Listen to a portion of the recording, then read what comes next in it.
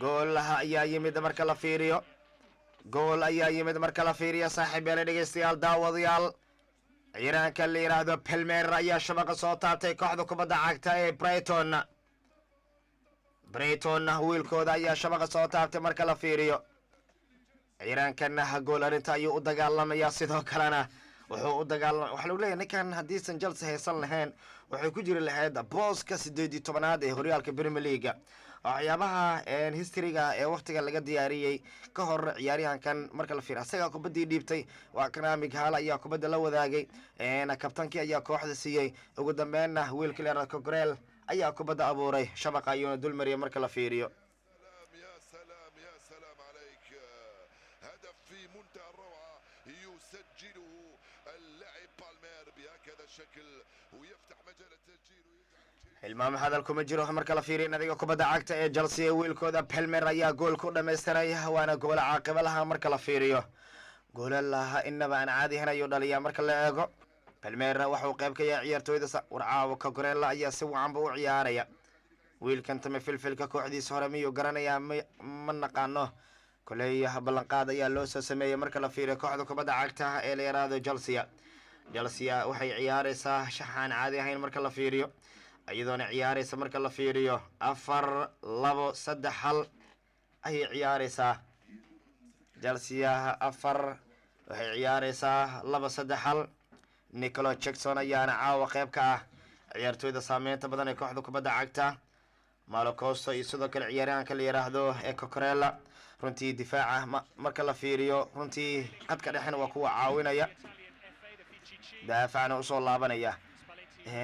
marka la eego kooxda kubadda cagta Chelsea weerar qad dhexe difaac markay sidaan u ciyaarayaan waxay ugu soo dhacay macallinkii tartanka Champions League u qaaday ee madaxa diirnaa marka la fiiriyo ka qayb ka ahaa shakhsiyaadkii inta badan Chelsea ayaa daneynaysa inay guuleysato kana marka la Manchester United waa laga keenay goolka ciyaaraanka Diallo ayaa goolka caawiyay Gordon ayaa gool ka dhigay 49 daqiiqo wiilka hore nadiga Everton ayaa kana marka la kooxda kubadda cagta ee la yiraahdo Juventus iyo Atalanta wali waa ay dagaalamayaan iskool day cajiib badan Rabiot waa kana marka goolkii labaad goolkii ka Chelsea form sare ayuu ku jirtaa marka la fiiriyo wayna ciyaarayaan 65 daqiiqo wali waa laba gool waxba kooxda kubadda cagta Chelsea sidoo kale nadiga kubadda cagta ee Brighton Chelsea ayaa 5 milyan oo gani ka heli doonta Eden Hazard kadib markii ay kooxda Real Madrid gaartay finalka Champions League Eden Hazard lacagtiisa Chelsea ma dhamaato jariirada Telegraph ayaa hadda warinaysa iyadoo xitaa uu ciyaaryahanka marka la fiiriyo ka fariistay kubadda cagta in gudnada laacibkan ee u dhaxaysay labada kooxood ee Chelsea iyo Real Madrid ay sii jiri doonto ilaa sanadaha soo aadan kabtanka rasmiga ee kooxda kubadda cagta ee Chelsea ayaa soo gali doona marka la fiiriyo